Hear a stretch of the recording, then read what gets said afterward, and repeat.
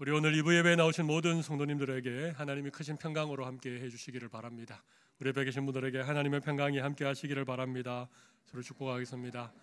하나님의 평강이 함께 하시기를 바랍니다. 감사합니다.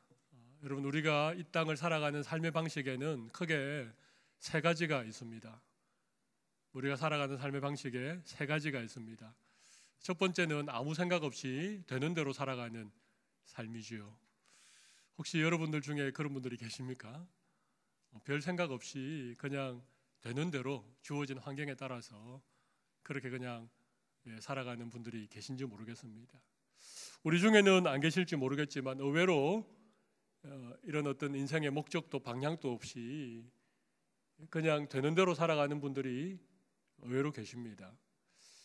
두 번째 삶의 방식은 자기의 어떤 꿈과 야망을 쫓아서 살아가는 그런 삶의 방식이 있겠지요.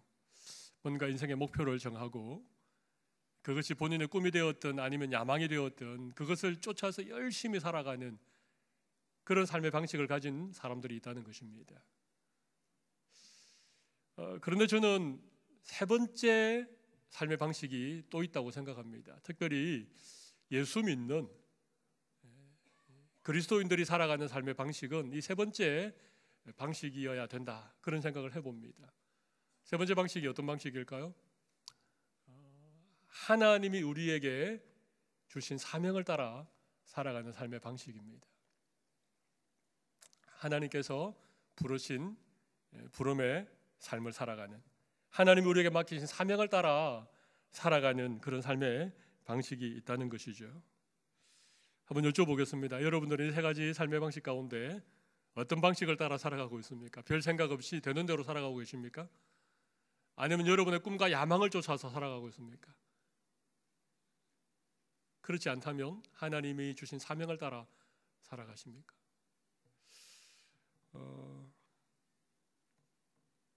아마 여러분들 가운데 거의 대부분은 하나님의 사명을 따라서 살아가고 있다, 그런 생각을 하실 것입니다. 근데 늘 그러십니까? 늘 그냥 사명 붙들고 하나님이 보내신 그런 보내심의 삶을 살고 계십니까?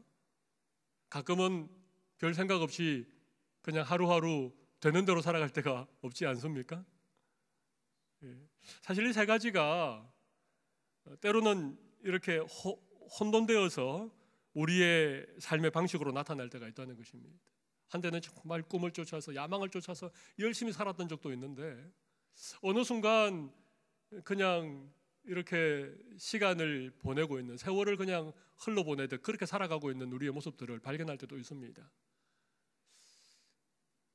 어떤 때는 정말 하나님이 주신 사명을 정말 붙들고 사명이 목숨보다 귀하다 막 이러면서 사명 따라 살아가고자 그렇게 우리의 삶의 방식을 가질 때도 있지만, 또 어떤 때는 그냥 우리의 야망을 따라 사는 것이 아닌가 그렇게 생각될 때도 있다는 것이죠.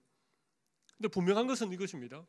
분명한 것은 우리 가운데 아무도 그냥 되는 대로 살아가서는 되지 않는다는 것입니다. 아무런 인생의 목적도 없이, 아무런 비전이나 꿈도 없이 그냥 우리에게 주어진 한평생을 허비하다 살아가서는 절대 안 된다는 것입니다. 그럴 수는 없습니다. 그렇다고 해서 우리가 우리 개인의 야망이나 우리의 어떤 인생의 목적만을 위해서 살아갔어도 안 된다는 것입니다. 왜냐하면 우리 모두는 하나님께서 특별한 부르심을 따라 우리를 불러주신 하나님의 백성들이기 때문에 그렇습니다. 에베소서 2장 10절에는 이런 말씀이 있습니다. 우리는 그가 만드신 바라 그리스도 예수 안에서 선한 일을 위하여 지으심을 받은 자니 이는 하나님이 전에 예비하사 우리로 그 가운데서 행하게 하려 하심이니라. 이 말씀을 잘 보십시오. 우리는 그가 만드신 바라. 여러분, 이 말 동의하십니까?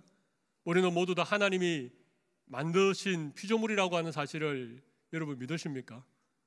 하나님이 우리에게 생명을 주신 것입니다. 하나님이 우리에게 생명 주시고 우리를 만드신 이유가 분명히 있다는 것이죠. 하나님이 아무런 목적도 없이 우리를 만드시지 않으셨다는 것입니다. 그런데 인간이 죄를 짓고 하나님을 떠남으로 하나님이 우리를 만드신 목적에 어긋나는 삶을 살았지요. 그런데 하나님은 예수님을 이 땅에 보내셨습니다. 우리의 모든 죄를 대신하여 십자가에 죽으시고 우리에게 새 생명을 주셨죠. 그리스도 예수 안에서 선한 일을 위하여 지으심을 받은 자다. 이게 지으심을 받았다, 그리스도 안에 지으심을 받았다는 것은 예수님 안에서 재창조된 것을 말합니다. 누구든지 그리스도 안에 있으면 새로운 피조물이라, 새롭게 지음받았다는 것입니다. 우리를 죄에서부터 구원하여 새로운 피조물이 되게 하신, 우리에게 재창조의 이런 은혜를 주신 목적이 무엇일까요? 거기 보면 분명히 선한 일을 위하여라는 목적이 있죠. 우리를 하나님이 지으셨는데 그리스도 예수 안에서 우리를 다시 지으신 것은 선한 일을 위하여 우리를 부르셨다는 것입니다. 우리는 주님의 선한 일을 위하여 다시 지으심을 받은 자입니다. 우리 가운데 그 어느 누구도 어느 들녘에 이름 없이 피었다, 바람 불면 시들어 버리는 그런 들풀 같은 인생을 살라고 우리를 이 세상에 생명을 허락하신 것이 아닙니다. 우리 한 사람 한 사람은 우리를 창조하신 목적이 있고, 우리 한 사람 한 사람에게는 하나님이 우리를 새롭게 지으신 부르심의 사명이 있다는 것입니다. 여러분, 이 사실을 믿으십니까? 그래서 오늘 저는 사명을 따라 사는 삶이 어떤 삶인가, 하나님이 우리를 부르시고 다시 세상으로 보내신 보냄받은 자의 삶이 어떠해야 되는지에 대해서 오늘 주어진 본문을 통해서 함께 살펴보기를 원합니다. 여러분, 오늘 본문은 70인 전도대에 대한 말씀이죠. 70인을 따로 세우시고 둘씩 짝지어서 여러 동네 여러 지역으로 우리 예수님이 보내시는, 그래서 이 말씀을 언제 여러분이 듣습니까? 주로 무슨 선교 헌신 예배 이럴 때 듣지 않습니까? 혹은 선교사로 파송하는 그런 시간에 이런 말씀을 주시죠. 아니면 뭐 우리 교회 안에 어떤 국내 전도팀이나 70인 전도대를 파송하는 좀 특별한 뭔가 전도나 선교에 연관되어진 그런 예배 때에 이 말씀을 주로 설교를 하는데, 사실 여러분, 이 말씀이 꼭 70인 전도대에게만 아니면 선교사로 파송받는 분들에게만 해당하는 말씀일까요? 그렇지 않습니다. 이것은 세상으로부터 우리를 부르셔서 하나님의 거룩한 백성이 되게 하시고 또다시 세상으로 보내시는 예수님의 거룩한 제자들인 우리들 모두에게 해당하는 말씀입니다. 우리 모두는 주님으로부터 보냄받은 자들이거든요. 우리 모두는 하나님의 특별한 사명을 가지고 살아가는 사람들이기 때문에 오늘 이 말씀은 우리 모두에게 사실 해당하는 말씀입니다. 오늘 말씀을 통하여서 어떻게 보냄받은 자의 삶을 살 수 있는지, 어떻게 사명을 따라 살아가는 삶에 하나님의 놀라운 약속과 축복이 주어져 있는지에 대해서 함께 말씀의 은혜를 좀 나누었으면 좋겠습니다. 우리가 첫 번째 생각해 볼 주제는 보냄받은 자의 정체성이라고 하는 것입니다. 여기 70인이라고 소개되고 있는 이분들의 정체성이 무엇인가? 오늘 본문 1절을 먼저 보시죠. 거기 보면 그 후에 주께서 따로 70인을 세우사 친히 가시려는 각 동네와 각 지역으로 둘씩 앞서 보내셨다. 여기 70인이 나오죠.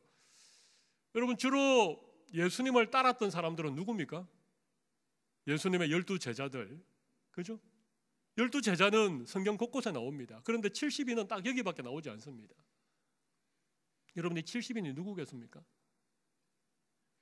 70인은 분명히 예수님의 12제자는 아닙니다. 그렇다고 해서 예수님을 한번 보기 위해서, 병고침을 받기 위해서 예수님에게 막 구름대처럼 모여든 수많은 무리들이나 군중들은 아닙니다. 그죠? 그 수많은 무리들은 그냥 예수님 한번 보고는 그냥 다 자기 곳으로 흩어져 버린 사람들이지 않습니까? 그러니까 12제자도 아니고 수많은 무리나 군중들에 속해 있지도 않는 70인입니다. 70인. 여러분, 이 70인은 예수님과 늘 함께 생활했던 사람은 아닌 것 같아요. 왜냐하면 예수님이 어떤 곳에 거점을 정하고 어떤 건물을 세우고 그 건물에서 몇 년 동안 계속 사역하지 않으셨지 않습니까? 예수님은 주로 이 동네 저 고을, 그죠? 이 도시에서 저 성읍으로 많이 옮겨 다녔습니다. 예수님에게 거처가 있었습니까? 공중에 새도 보금자리가 있지만 인자는 머리 둘 곳이 없도다.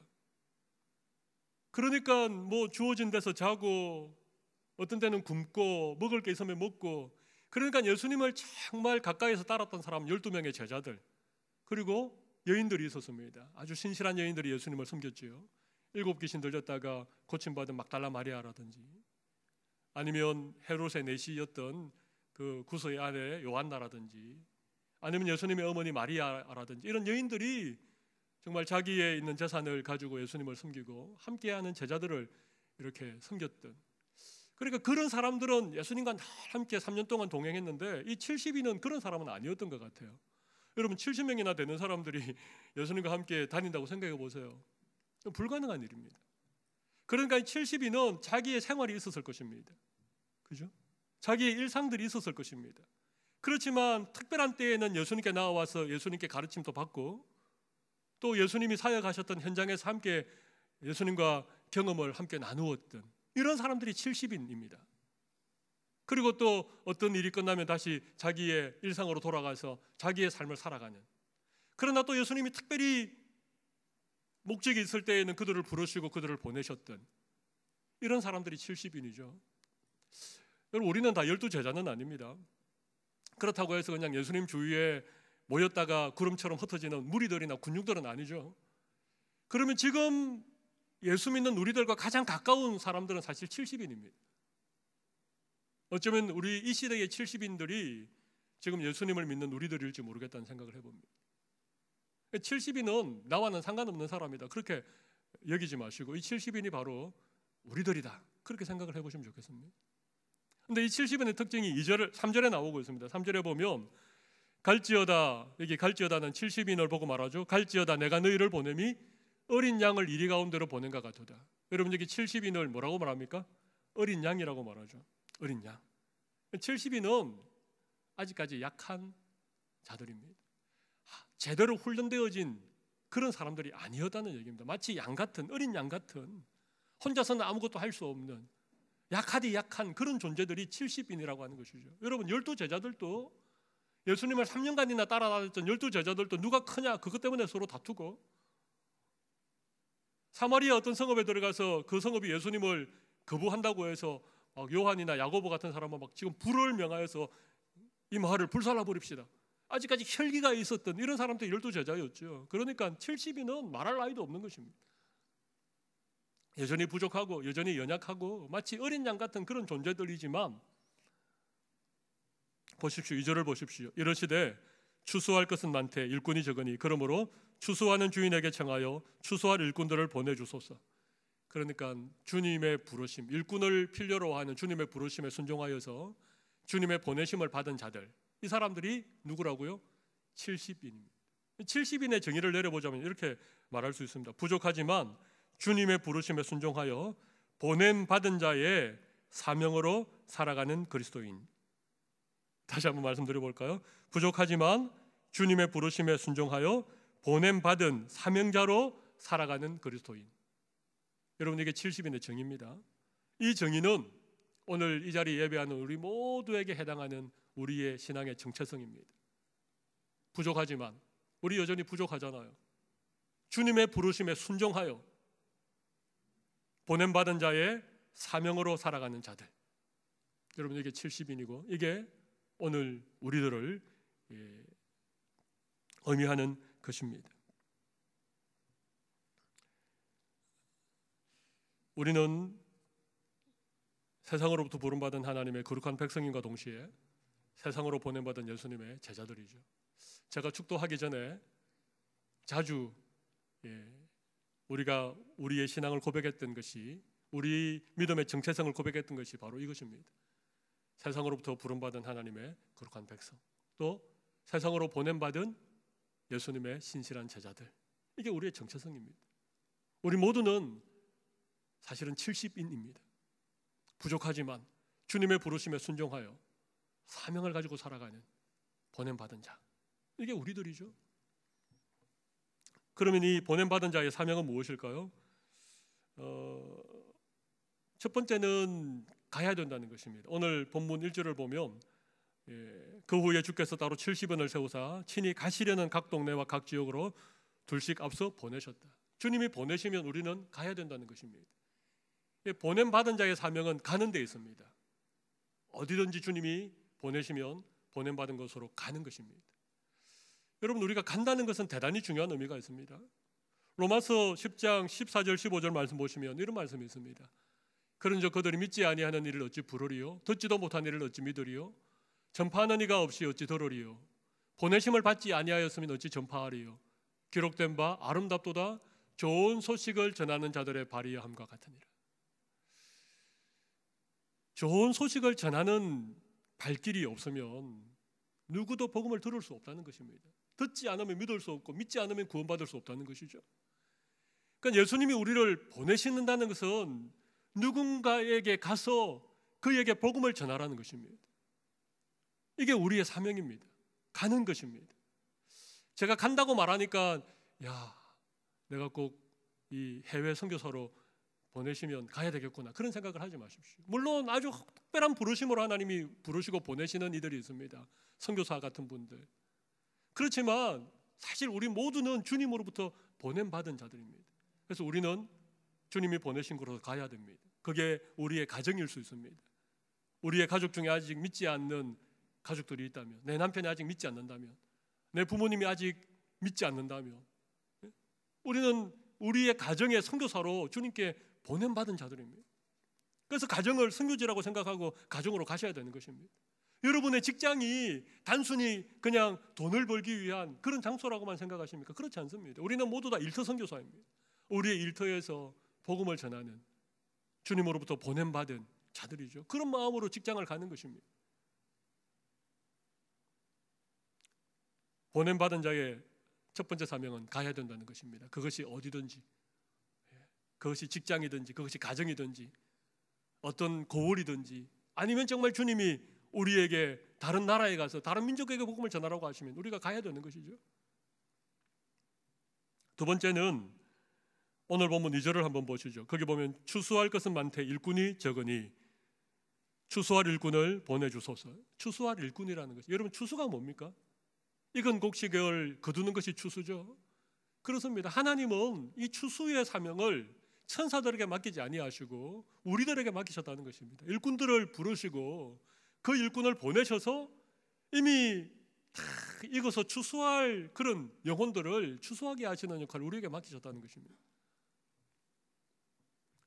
우리는 추수할 일꾼입니다. 보냄받은 자의 사명이 무엇인가? 추수할 일꾼이라고 하는 것입니다. 우리가 곡식을 자라게 할 수는 없습니다. 하나님이 다 예비하신 영혼들을 우리가 가서 복음 전해서 그들을 추수하는 역할을 우리에게 맡기셨다는 것입니다. 얼마나 영광스러운 사명을 주셨는지 모릅니다. 마지막 한 가지는요, 9절에 보십시오. 거기 있는 병자들을 고치고 또 말하기를 하나님의 나라가 너희에게 가까이 왔다 하라. 이 복음을 전하는 사명이죠. 하나님의 나라를 선포할 그런 사명이 우리에게 있다는 것입니다. 우리가 추수할 곡식들을 어떻게 추수합니까? 하나님의 나라가 가까이 왔다. 그것을 선포할 때 추수할 곡식들이 추수된다는 것. 이건 영혼 구원을 말하는 것입니다. 한마디로 말하면 보냄받은 자에게 주어진 사명을 한마디로 말하면 가서 추수하라는 것입니다. 하나님의 나라를 선포함으로 추수하라는 것입니다.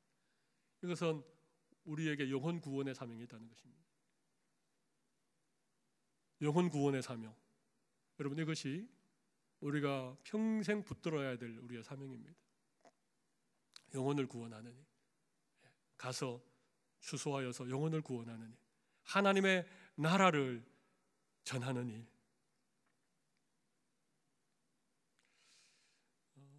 어떻습니까?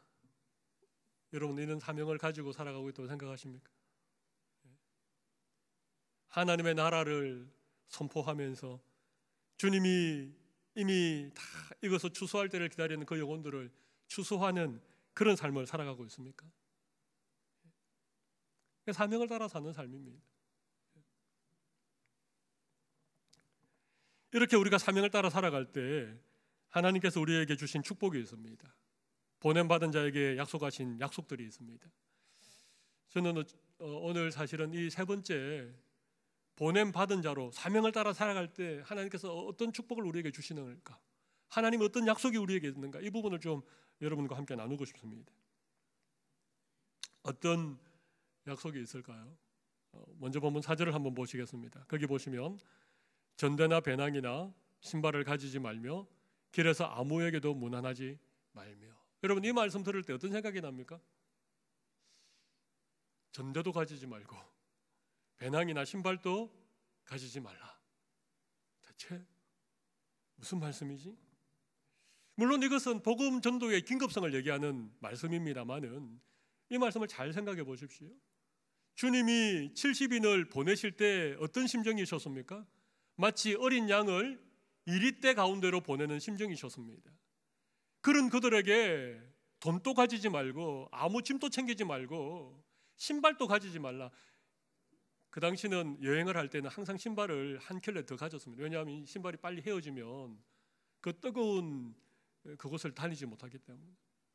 근데 그 아무런 대책 없이 그냥 주님이 보내시겠습니까?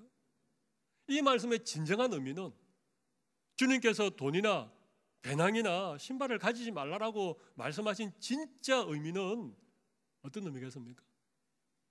내가 모든 것을 책임져 주겠다, 그 얘기입니다. 너에게 필요한 모든 것들을 내가 공급해 주겠다, 그 말씀입니다. 니네들이 전대를 차지 않아도 너에게 필요한 것이 있으면 내가 그 필요를 채워주겠다, 그 얘기 아닙니까? 니네들이 배낭에다가 필요한 것 이것 넣고 저것 넣고 무겁게 등에 짊어지고 가지 않아도 너희가 살아가면서 너희가 사명을 따라 살아가는 삶 가운데 필요한 모든 것들을 내가 책임지고 채워주겠다, 그 얘기 아닙니까? 무엇을 먹을까 무엇을 입을까 그렇게 염려하지 않고 살아도 너희의 먹을 것, 너희의 입을 것, 너희의 잘 곳 내가 책임져 주겠다, 그 얘기 아닙니까? 그 얘기입니다. 지금 주님이 그렇게 얘기하시는 것입니다. 이스라엘 백성들이 출애굽해서 광야를 지날 때에 하나님이 만나로 그들을 먹이셨습니다. 그들의 의복이, 그들의 신발이 40년 동안 헤어지거나 떨어지지 않았습니다. 낮에는 구름 기둥으로, 밤에는 불 기둥으로 그들을 보호하시고 인도해 주셨습니다. 지금 70인을 이리떼 가운데로 보내시면서 너희들이 아무것도 안 가져도 괜찮다, 그렇게 말하는 것은 내가 너희의 삶의 모든 것들을 책임지고 공급해 주겠다, 그 얘기인 것입니다. 여러분, 우리가 사명을 따라 살아가면 돈의 노예가 되는 인생을 살지 않아도 됩니다. 우리가 열심히 땀 흘려서 우리가 일을 하고 우리가 어떤 수입을 가지고 살아가야 되겠지만 그것 때문에 노예가 되지는 않습니다. 많은 것을 가진다고 풍성한 삶을 삽니까? 적게 가졌다고 늘 쫓기듯이 빈곤한 인생을 삽니까? 그렇지 않습니다. 아무리 많은 것을 가져도 늘 부족하며 허덕이는 인생도 있고 가진 것이 없음에도 불구하고 늘 풍성히 나누고 부족함이 없는 인생을 살아갈 수도 있습니다. 여호와께서 나의 목자가 되시면 내게 부족함이 없으리로다 고백했던 다윗의 고백처럼 내 인생의 잔이 차고 넘칩니다라고 했던 고백을 하면서 우리가 살아갈 수 있다는 것입니다. 보냄받은 자의 삶을 살면, 하나님이 나에게 맡기신 사명을 따라 살아가면 하나님이 전대나 배낭이나 신발 챙기지 않아도 내가 너희의 삶 가운데 모든 것들을 공급해 주시겠다. 할렐루야. 이런 은혜가 우리 모두에게 있으시기를 바랍니다. 그래서 아무에게도 무난하지 말라, 이 얘기가 좀 이해가 안 되시죠? 그 당시 고대 근동의 1세기 그 팔레스타인 지역의 인사는 독특했습니다. 이 문안을 한번 시작하면 다 물어야 됩니다. 당신의 부모님은 안녕하십니까? 당신의 아들은, 첫째 아들은 평안하십니까? 둘째는 괜찮습니까? 쭉 이렇게 일가친척을 다 얘기하고 마지막에 누구까지 안부를 물어야 되는가 하면 당신 댁에 있는 송아지는 잘 지내고 있습니까? 물어야 됩니다. 그래서 최소 한 20분에서 30분 정도 시간이 걸린답니다. 이거 하지 말라는 것입니다. 그거 안 해도 하나님께서 너희의 평생의 인간관계는 내가 책임져 주겠다, 그 얘기입니다. 인간관계를 책임져 주겠다. 인간관계 얼마나 어렵습니까? 그렇죠? 예. 혹시나 무슨 오해를 할까, 내 말에 상처받았을까, 그것 때문에 우리 늘 노심초사하잖아요. 늘 조바심을 가지고 살지 않습니까? 특별히 이민사회라고 하는 좁은 공동체 안에서 인간관계가 얼마나 어렵습니까? 그런데 우리가 사명을 따라 살아가면 너희의 인간관계 내가 책임져 주겠다. 너무 남에게 잘 보이려고 하지 말고, 너무 마음에도 없는 그런 무난이나 하면서 살지 말고, 너희의 삶을 통해서 누군가에게 꼭 필요한 그런 사람이, 그런 관계들을 가지고 살아갈 수 있도록 하겠다는 것입니다. 두 번째 축복은 본문 5절과 6절에 있습니다. 우리 5절과 6절을 같이 한번 읽어볼까요? 어느 집에 들어가든지 먼저 말하되 이 집이 평안할지어다 하라. 만일 평안을 받을 사람이 거기 있으면 너희의 평안이 그에게 머물 것이요 그렇지 않으면 너희에게로 돌아오리라. 여러분, 이 말이 무슨 말입니까? 우리가 평안을 빌면 그 평안이 그 집에 머물게 된다는 것입니다. 단 그 평안을 받을 만한 사람이 거기에 있으면, 만일에 우리가 평안을 빌었는데 그 가운데 평안을 받을 만한 사람이 없으면 우리가 빈 평안이 어떻게 된다고요? 다시 우리에게 돌아온다는 것입니다. 여러분, 이거 놀라운 하나님의 약속 아닙니까? 우리가 정말 축복의 통로가 되는 것이죠. 하나님이 아브라함에게 너를 축복하는 자에게 내가 축복하고 너를 저주하는 자에게 내가 저주하겠다. 너는 복이 될지라. 아브라함은 축복의 통로가 되었거든요. 근데 하나님께서 사명을 따라 살아가는, 보냄받은 자의 삶을 살아가는 우리들에게 축복의 통로에 인생을 살게 하겠다. 너희들이 피스메이커로, 평화를 만드는 사람으로 그렇게 살게 하겠다는 것입니다. 여러분, 이 놀라운 축복이 누구에게 주어졌다고요? 사명을 따라 살아가는 자들에게, 보냄받은 자의 삶을 살아가는 자들에게 주어진 약속이라고 생각합니다. 여러분의 평안을 빌어보십시오. 어떤 가정을 위해서 축복하고 그 가정의 평안을 빌어보십시오. 그러면 하나님께서 여러분의 그 기도를 통해서, 여러분이 축복한 그 축복을 통해서 그 가정에 복을 주시고 그 가정의 평화를 회복시켜 주시겠다는 것입니다.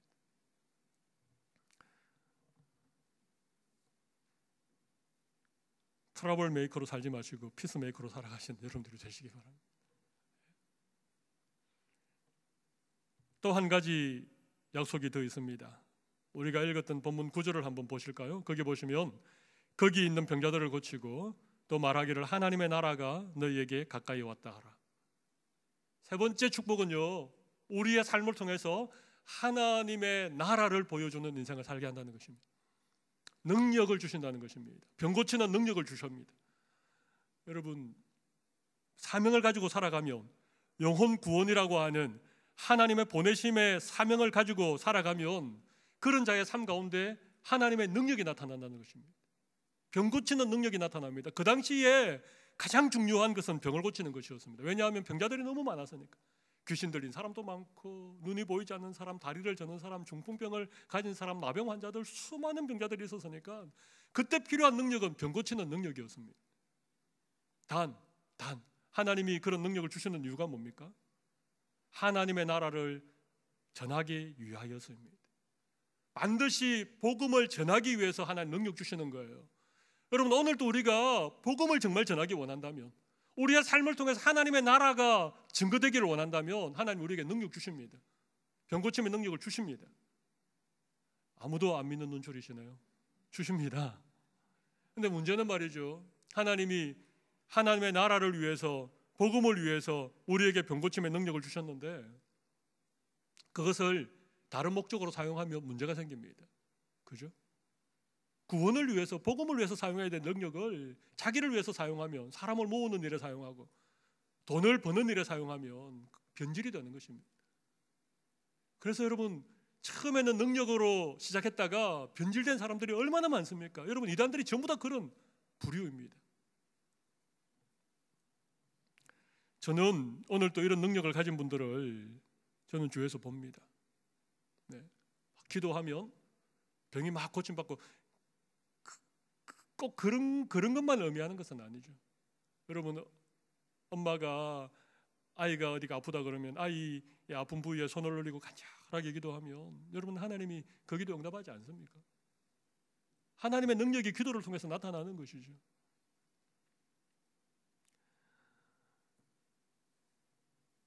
저는 그런 분들을 봅니다. 어떤 교사가 말이죠, 주일학교 교사가 자기 아이들을 정말 사랑하고 그 아이들에게 말씀을 가르치면요, 그 아이들의 영혼 가운데 놀라운 역사가 일어납니다.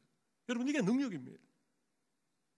정말 아이를 사랑하는 한 교사를 통해서 하나님이 그 어린아이의 심령 가운데 하나님의 나라가 이루어지는 그런 능력이 나타나는 경우들이 있다는 거예요. 어떤 구역장님들은요, 구역 식구들을 위해서 기도하고 그렇게 섬기면 그 구역 안에 능력들이 나타나요. 하나님의 나라가 막 회복이 되고 믿음의 성장이 일어나고 마치 그 구역이 천국 같은 그런 능력이 사명을 따라 살아가는 그런 구역장을 통해서 오늘 또 일어나지 않습니까? 반대로 직분은 가지고 있는데 능력이 하나도 없는 그런 사람들도 있습니다. 여러분, 목사가 말씀의 능력을 잃어버리면 어떻게 되겠습니까? 그래도 오늘 제가 말씀 전할 때 아무도 안 주셔서 너무 감사합니다. 말씀의 능력이 없으면 다 졸고 시계 보고, 그죠? 하나님 나라의 능력은 오늘도 우리 안에 실제합니다. 단 우리가 사명을 따라 살아가면, 하나님께서 보내심의 삶을 살면 우리에게 영혼 구원이라고 하는 추수의 사명이 우리에게 있기 때문에 우리 안에 능력이 나타납니다. 말에 권세가 있고 기도에 힘이 있고 그 사람의 삶을 통해서 하나님의 나라의 능력들이 믿지 않는 누군가에게 나타나게 된다는 것입니다. 이게 능력입니다. 이게 병 고치는 능력입니다. 제가 세 가지를 말씀드렸죠. 첫 번째는 뭡니까? 공급하시는 것입니다. 전대나 배낭이나 신발이나 그런 거 가지지 않아도 내가 책임져 주겠다. 책임져 주겠다. 두 번째는 뭐였습니까?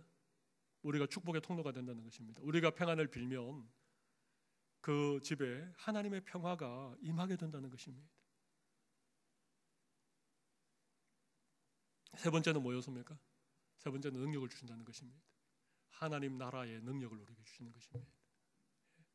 그래서 우리가 이 땅을 살아가지만 우리를 통하여서 하나님의 나라가 임하게 되어지는 그런 삶을 살아가게 되는 것이죠. 이런 놀라운 하나님의 약속이 우리의 삶 가운데 그대로 이루어지기를 간절히 바랍니다. 제가 설교를 마무리하면서 이렇게 생각을 해보았습니다. 아까 3절에 보니까 예수님께서 그 70인을 보낼 때에 내가 너희를 보냄이 어린 양을 이리 가운데로 보낸 것 같다, 그렇게 말씀하셨죠. 사실 우리가 살아가는 세상은요, 이리들이 득실득실합니다. 그죠? 근데 이 이리가 득실득실한 이 세상에서 어린 양으로 살아갈 수 있습니까? 없지요. 그래서 선택을 하게 됩니다. 두 가지 중에 한 가지를 선택하게 됩니다. 하나는 어떤 선택을 하는가 하면 나도 이리가 되는 것입니다.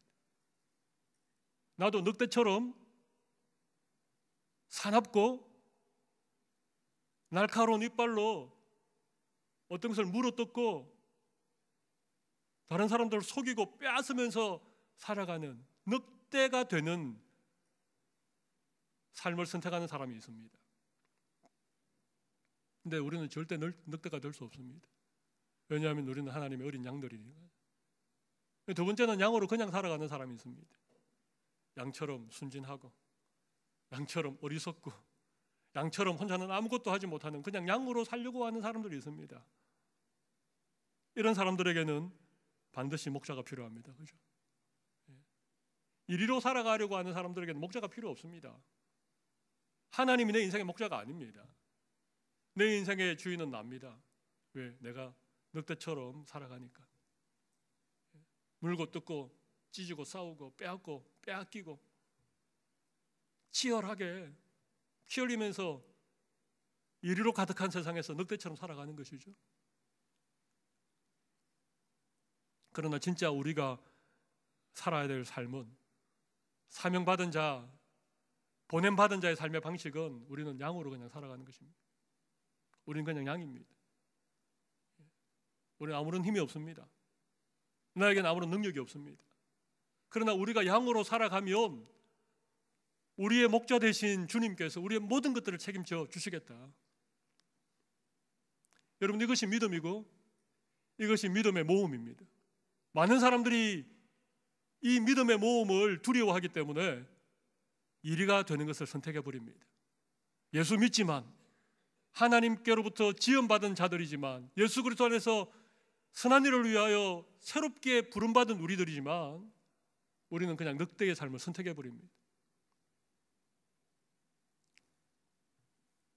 제가 오늘 여러분에게 드리려고 하는 도전의 의미가 무엇인지 아시겠습니까? 양으로 살자는 것입니다. 사명을 따라 살자는 것입니다. 보냄받은 자의 삶을 살자는 것입니다. 이게 우리가 선택해야 될 우리의 삶의 방식입니다. 오늘 이런 믿음의 결단이 예배하는 우리 모든 성도들에게 있으시기를 바랍니다. 2021년 이제 2월이 곧 시작인데 남은 11개월 동안에는 우리 모두 보냄받은 자로 살아가는 귀한 은혜가 모두에게 있으시기를 바랍니다. 가슴에 손을 올리십시오. 함께 기도하겠습니다.